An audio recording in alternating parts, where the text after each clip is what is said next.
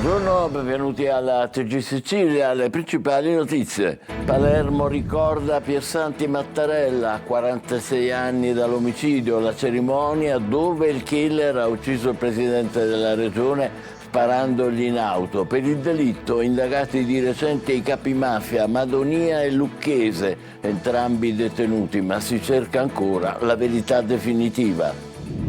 Catania, epifania in ospedale per Elio, il 14enne aggredito da una baby gang in pieno centro. Al TG Sicilia la vittima del pestaggio, ancora paura, mi hanno assalito in 12. Chiesta la convocazione del Comitato per l'Ordine e la Sicurezza Pubblica. Ancora a Catania, il Tribunale per i minorenni ha sospeso la responsabilità genitoriale di padre e madre del bambino picchiato con un cucchiaio di legno, disposto il divieto di avvicinamento ai figli. L'Etna bianco di neve dà spettacolo a appassionati e turisti attratti dall'eruzione che avanza lentamente, ma scattano i controlli per chi si avventura sul vulcano, droni per chi viola i divieti. A Messina l'arrivo della Befana conclude il Natale insieme in periferia e la CISL afferma il rilancio parte dai più piccoli. 100 volte la Traviata è il traguardo raggiunto dal maestro di origine catanese Francesco Di Mauro sul podio del teatro di Maribor in Slovenia con l'opera di Giuseppe Verdi. Palermo tra calcio e mercato, Inzaghi prepara la partita di domenica a Mantova, il direttore sportivo Osti si muove per l'acquisto di un altro attaccante. Ancora calcio, Catania domenica al Massimino affronta la Cavese con Toscano che deve fare i conti con l'emergenza difesa.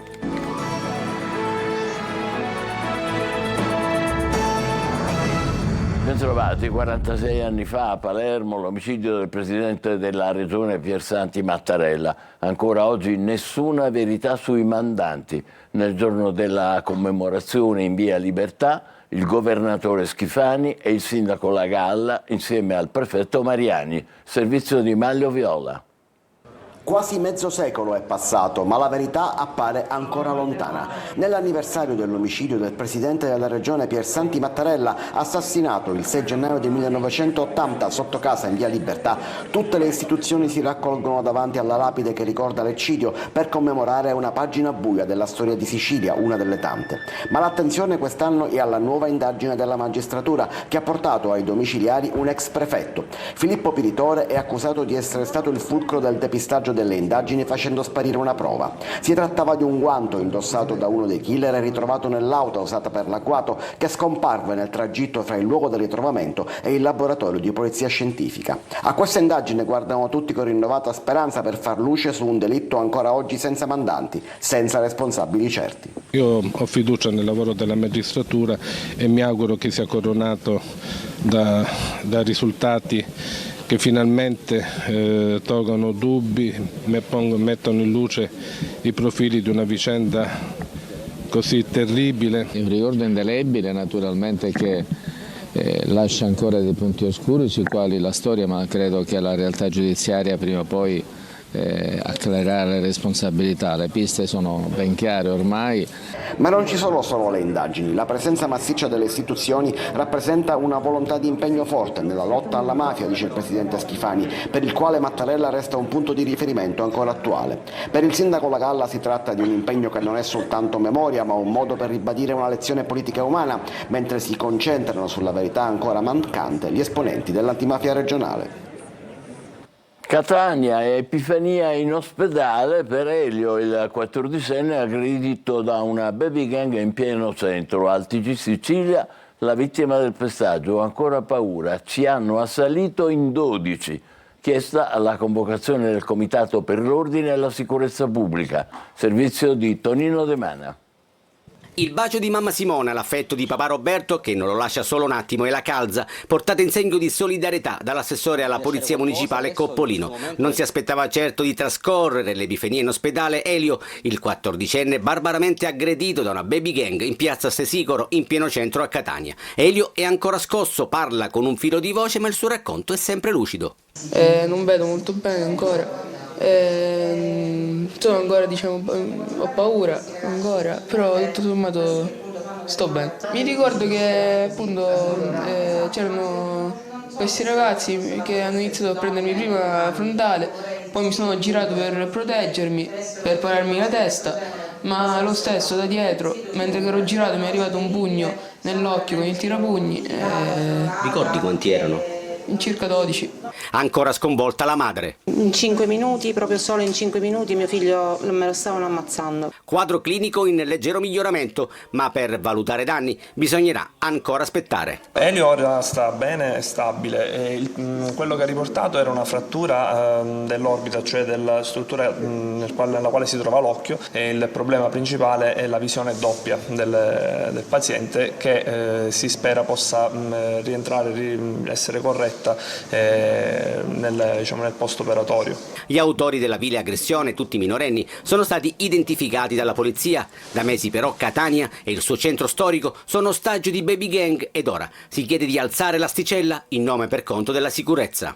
Tra l'altro questi ragazzi mi hanno fatto sapere che non era la prima volta che si comportassero in questa maniera, pertanto bisogna alzare l'asticella, già l'amministrazione è molto attenta su questo fenomeno. Lei si è rivolto anche al questore per convocare un comitato per la sicurezza, quindi è segno evidente che un problema c'è a Catania.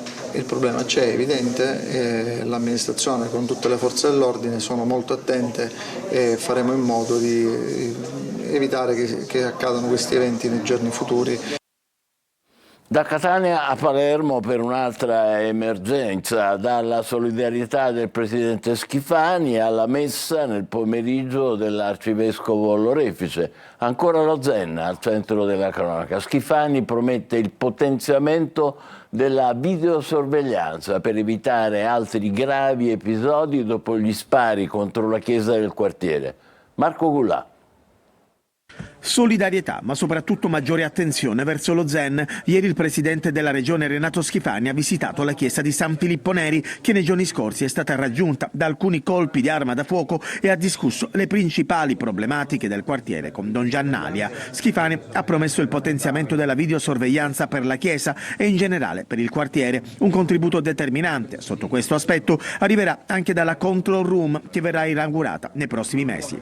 Il presidente della regione si è poi soffermato sulle iniziative a lungo termine per il quartiere. Serve un intervento coraggioso, ha detto Schifani, in termini di finanziamento e di progetti che possa mettere insieme rigenerazione urbana e sociale, partendo dalle scuole e dalle infrastrutture. Un ulteriore segnale di vicinanza al quartiere arriva anche dall'arcivescovo Corrado Lorefice, che oggi pomeriggio alle 18 celebrerà nella chiesa dello Zen la messa dell'Epifania. Saranno presenti anche esponenti politici, oltre al presidente della commissione regionale antimafia Antonello Cracolici. Prima della messa alcuni residenti del quartiere insceneranno un sit-in di protesta dopo gli ultimi episodi che ancora una volta hanno intrecciato cronaca e Zen. Sarebbero stati identificati infine i protagonisti del video che circola in rete dalla notte di Capodanno e che mostra una sparatoria allo Zen. Nelle immagini diventate virali in poche ore si vedono 3 giovani a volto scoperto, ma con i guanti alle mani. 2 impugnano le pistole, mentre il terzo imbraccia un fucile. I colpi poi esplosi in aria. Ieri il sequestro di 5 pistole nel corso dei massicci controlli da parte delle forze dell'ordine. Di nuovo a Catania per il bimbo picchiato con un cucchiaio di legno dal patrigno. Il Tribunale per i minorenni ha sospeso la responsabilità genitoriale di padre e madre e disposto il divieto di avvicinamento ai figli. Sotto accusa anche i servizi sociali. Emanuela Corsi. Qualcosa si muove nella vicenda del bimbo picchiato nel quartiere di San Cristoforo dal patrigno e ripreso in un video diventato virale su TikTok. Il Tribunale per i minorenni di Catania, su richiesta della procuratrice Carla Santocono, ha sospeso la responsabilità genitoriale del padre e della madre e disposto il divieto di avvicinamento a tutti e 4 i figli che al momento sono affidati ai nonni materni. Dopo la diffusione del video, nel quartiere è montata la rabbia e l'indignazione, tanto che l'uomo di 59 anni è stato picchiato e aggredito al Tondicello della Playa. Finito in ospedale ha deciso poi di costituirsi. Fermato con l'accusa di maltrattamenti aggravati anche nei confronti delle altre altre 3 sorelline, ieri è stato scarcerato dal GIP. Intanto, nelle more che il procedimento si concluda, è intervenuto il Tribunale per i minorenni, che ha anche nominato una tutrice dei bambini e ha chiesto alle forze dell'ordine di vigilare sul rispetto del divieto di avvicinamento, oltre che al servizio sociale di verificare con accessi a sorpresa il rispetto delle prescrizioni. Proprio i servizi sociali adesso sono finiti sotto accusa. Il bimbo lo scorso giugno era stato trovato dalla polizia su una bici mentre cercava di raggiungere la madre e le 3 sorelline in un centro commerciale dove si erano recate senza di lui. Del caso è stata interessata la Procura per i minorenni, che nel luglio successivo aveva incaricato i servizi sociali del comune di monitorare il nucleo familiare e alla fine dello stesso mese aveva sollecitato un'indagine che, secondo quanto emerso, però non sarebbe mai stata eseguita e neppure presa in carico, dopo altre segnalazioni di grave disagio familiare. Palermo, scontro tra un'auto dei carabinieri e una vettura guidata da un 28enne. I 2 militari e il giovane sono stati soccorsi dal personale del 118 e portati in ospedale. Hanno fratture e traumi, ma per fortuna nessuno è in pericolo di vita. A Catania uno speciale antifurto ha fatto arrestare un ladro. L'allarme ha attivato il cosiddetto nebbiogeno, che ha diffuso nell'ambiente una nebbia fitta e densa. E così il ladro, che era entrato in una palestra di Viale Kennedy per mettere a segno un colpo, è stato costretto a sdraiarsi a terra nel tentativo di farsi strada e guadagnare l'uscita, ma nel frattempo è stato arrestato dalla polizia per tentato furto aggravato. L'Etna in cima a bianco di neve dà spettacolo ad appassionati e turisti attratti dall'eruzione che avanza lentamente a quota 1360, ma scattano i controlli per chi si avventura sul vulcano. La prefettura rafforza i presidi e invia droni per chi viola i divieti. Giuseppe Lazzara. Incanto Etna, il vulcano dà spettacolo per turisti appassionati attirati anche dalle eruzioni di questi giorni nella Valle del Bove. La montagna ci ha abituato ormai a questi risvegli con colate emissioni di cenere e il monitoraggio in quota dell'Istituto Nazionale di Geofisica e Vulcanologia di Catania fa registrare che il campo lavico continua a essere alimentato a quota 1360 metri, affiancandosi a quello dei giorni precedenti ormai in raffreddamento nella Valle del Bove. Più a monte, a quota 1500, dice l'INGV, c'è un nuovo flusso lavico attivo in sovrapposizione ai 3 precedenti. Negli ultimi giorni sono aumentati anche i divieti che garantiscono la sicurezza per chi sale a vedere l'eruzione. A Catania, nella riunione in prefettura, è stato deciso l'invio di droni per rafforzare il controllo sul fronte lavico e più presidi per il rispetto dei divieti, con le ordinanze emesse dai comuni di Milo, Sant'Alfio e Zafferana. Limitato anche l'accesso alle strade e ai sentieri che conducono alla Valle del Bove. Escursioni consentite solo fino all'imbrunire, con gruppi al massimo di 10 persone accompagnate da guide turistiche autorizzate. Vietato anche avvicinarsi a una distanza di 200 metri dal fronte lavico.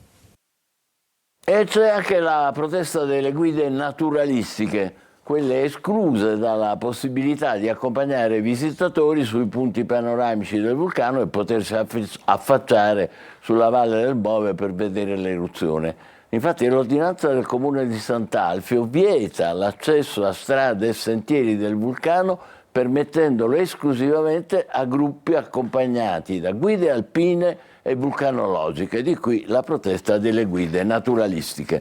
Giriamo pagina. A Messina si chiude il Natale insieme in periferia, con l'arrivo naturalmente della Befana, e la CISL dice il rilancio parte dai più piccoli. Giuseppe Lazzara. A Messina arriva la Befana e porta la gioia tra i più piccoli del quartiere Giostra Ritiro. Nel centro polisportivo i bambini hanno festeggiato l'arrivo dell'anziana signora con canti e giochi. Immancabile la tradizionale calza della Befana per allietare la giornata che conclude Natale insieme in periferia, voluta dal centro sportivo siciliano, dalla parrocchia Santa Maria di Gesù, dal comune e dalla CISL. Solo dalle periferie possiamo ripartire per un recupero della città nel vero senso della parola. Ancora qui insistono valori importanti su cui bisogna lavorare tutti insieme per valorizzare e dare opportunità soprattutto ai ragazzi del quartiere. La festa della Befana chiude una serie di iniziative che quest'anno hanno coinvolto le realtà periferiche della città per una maggiore integrazione e partecipazione dei giovani al tessuto urbano. E a Caltabellotta, nell'Agrigentino, l'atmosfera del Natale dura ancora, anzi prende vita. Il borgo, per le feste, si trasforma in un grande presepe vivente con l'intero paese protagonista. Eccolo, con Davide Sardo. Caltabellotta torna a incantare e si trasforma ancora una volta in un grande presepe vivente a cielo aperto. Con la 31esima edizione di Caltabellotta Città Presepe, il borgo dell'Agrigentino si conferma tra le rappresentazioni natalizie più suggestive di tutta la Sicilia, dove l'intero paese partecipa al presepe, trasformando il borgo in una comunità in scena capace di richiamare ogni anno migliaia di visitatori. Vicoli illuminati, scorci antichi, atmosfere cariche di spiritualità. Il centro storico diventa una vera e propria scenografia naturale dove prendono vita mestieri d'un tempo, scene di vita quotidiana, musica, teatro e degustazioni di prodotti tipici. Caltabellotta che si mette in mostra, che si mette in vetrina con tutte le sue eccellenze sia gastronomiche ma anche culturali, storiche e poi con la sua comunità che partecipa all'interno della manifestazione in maniera sempre più numerosa. Quest'anno una manifestazione molto più strutturata grazie anche alla collaborazione con la Futuris e alle associazioni locali che si confermano come dire, il cuore pulsante di questa manifestazione. Un percorso emozionale che intreccia tradizione, memoria e identità, rendendo l'evento uno dei simboli più autentici del Natale siciliano. Ricco anche il cast artistico che anima le stradine del borgo tra figuranti, musicisti e compagnie teatrali. I prossimi appuntamenti sono fissati per il 4 e 5 gennaio. Caltabellotta, dove il Natale prende vita. Run to Castle, corriamo verso il castello, è una gara podistica che si è svolta a Catania, hanno vinto Salvatore Maccarrone e Desiree Di Maria, vince in sostanza lo sport ai piedi del Castello Ursino. Torino De Mana. Dal castello normanno di Aci Castello al castello Orsino, poco più di 10 km tra bellezze naturali e storiche per poi finire braccia levate in segno di trionfo. Salvatore Maccarrone e Desiree Di Maria si aggiudicano la quinta edizione della Run to Castle, gara podistica internazionale da record con oltre 500 iscritti. Appena arrivati al traguardo le prime parole dei vincitori. Rispetto a 3 anni fa ho migliorato il tempo, sono molto soddisfatto, è una gara che mi è sempre piaciuta fare, anche se il secondo anno comunque sia è sempre bella fare da castello a castello. Hai una dedica da fare? La dedica come 3 anni fa la farò sempre ai miei nonni che ormai non ci sono più. Quest'anno è arrivata questa bellissima vittoria, sono felicissima di essere qua per correre questo tratto suggestivo, strada mare tutta scogliera, è sicuramente qualcosa di particolare, di spettacolare. Già allo start la vittoria degli organizzatori. Record dei partecipanti della quinta edizione e tra l'altro anche moltissimi stranieri, quindi diciamo una gara che acquista anche un carattere internazionale. Soddisfatto il consigliere del primo municipio Buglio. Vedere Castello Orsino animato da tanti atleti, tante persone è un motivo di orgoglio. Vince lo sport nel suggestivo scenario del Castello Orsino, poi il raduno tra sorrisi e tanta goliardia. E adesso l'opera. A Maribor in Slovenia un primato speciale, quello del maestro Francesco Di Mauro, che ha festeggiato la sua 100ª Traviata al Teatro dell'Opera l'Opéra Ballet. Orazio Longo.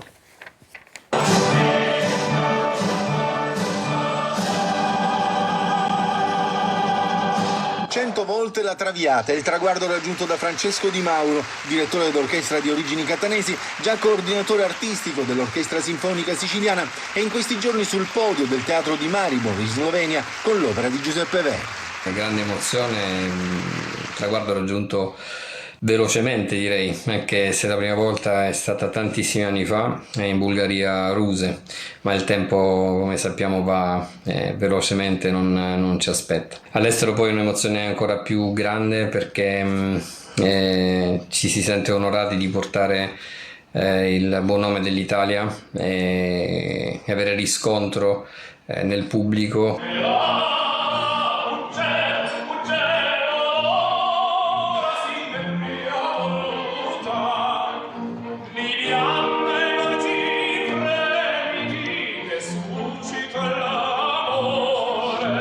Il maestro Di Mauro porta avanti anche attività discografica con la registrazione di alcune prime mondiali, dedicate tra gli altri a Malipiero, Doratoni e Dalla Piccola.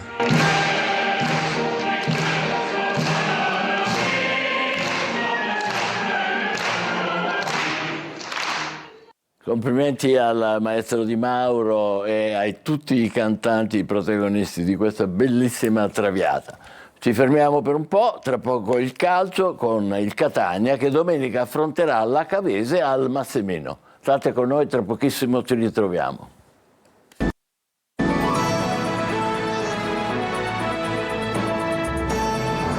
Calcio, mercato, ma anche campo, visto che domenica il Palermo tornerà a giocare e lo farà a Mantova. Il DSO si punta su Tramoni del Pisa per aumentare la qualità offensiva dei siciliani, le ultime nel servizio di Marco Gullà. Tra campo e mercato, da un lato il Palermo lavora per la prima partita del 2026, ovvero quella di domenica a Mantova. Dall'altro il direttore sportivo Carlo Osti, dopo aver ceduto Bardi e Brunori, pensa adesso a consegnare a Pippo Inzaghi un altro attaccante. Osti punta deciso su Matteo Tramoni e lavora per trovare la formula giusta con il Pisa. È il profilo individuato come prima scelta per rimpiazzare Brunori. Inzaghi lo conosce bene, apprezza la qualità tecnica e la duttilità che può offrire tra centrocampo e attacco, e lo considera un elemento in grado di legare il gioco e garantire intensità sul breve periodo. Non a caso Tramoni è stato uno dei punti di riferimento dei nerazzurri nella stagione che ha portato il Pisa alla promozione in Serie A. Dal Pisa piace anche Moreo. Il club nerazzurro proprio ieri ha chiuso per un attaccante del Vittoria Plzen e per Moreo potrebbe esserci meno spazio. Il Palermo sta alla finestra in attesa. Intanto per la gara di Mantova Inzaghi spera nel totale recupero di Beresischi. Il difensore migliora ma non è ancora al top. Il tecnico rosanero in avanti non cambierà, si va verso la conferma di Palumba e Leduaron alle spalle di Poyampalo. A Mantova sarà esodo rosanero, biglietti del settore ospite andati a ruba nel giro di poche ore. Al Martelli oltre 950 tifosi del Palermo. Il Benevento vince con il Crotone e si riprende la testa della classifica di Serie C. Catania quindi costretto nuovamente a inseguire. Domenica arriva la Cavese e Toscano deve fare i conti con l'emergenza difesa. Francesco Triolo. Il Catania guarda oltre in un campionato dove anche i divari tecnici possono essere azzerati da grinta e agonismo. I rossazzurri lo hanno sperimentato sulla propria pelle anche a Foggia. Un errore, una disattenzione può costare cara. Serve stare sul pezzo sempre. Toscano lo dice da tempo che partita per partita si costruisce l'obiettivo finale pur nelle difficoltà del match e del momento. E non è che queste manchino per adesso. Guardare oltre significa guardare già la sfida con la Cavese, dove la situazione in difesa è d'allarme rosso. Mancherà lo squalificato Celli, Allegretto non è in condizioni ottimali, Ierardi è ancora out e si spera di recuperarlo per Monopoli. E allora Pieraccini e Di Gennaro sono le certezze, tutto il resto è da costruire. Il tecnico ha questi giorni a disposizione per provare e riprovare. Quaini, Martic possono essere soluzioni d'emergenza per la difesa, ma la speranza è quella di avere Allegretto a disposizione. Almeno inizialmente si potrebbe tamponare così ed evitare troppi spostamenti. Torna Lunetta davanti dopo la squalifica, c'è Jimenez, c'è anche Bruzzaniti da inserire, perché no, magari dal primo minuto, subito gettato nella mischia. Ci sono Rolfini, Forte e Caturano davanti, insomma il materiale non manca, bisogna solo trovare la chiave giusta, anche perché il Benevento nel posticipo ha vinto e si è ripreso la vetta della classifica, ma domenica è atteso dalla trasferta di Caserta contro una squadra che si è presa il terzo posto. Se non è scontro diretto poco ci manca, e allora il Catania non può fallire per poi mettersi davanti alla TV e vedere come va a finire al Pinto, perché questo è un campionato che si gioca partita per partita, ma anche a distanza.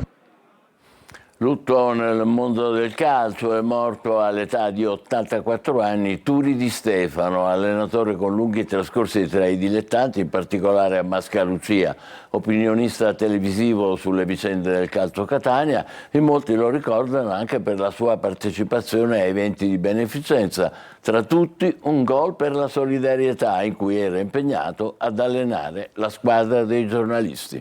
Ci fermiamo qui, grazie per averci seguito, buon pomeriggio.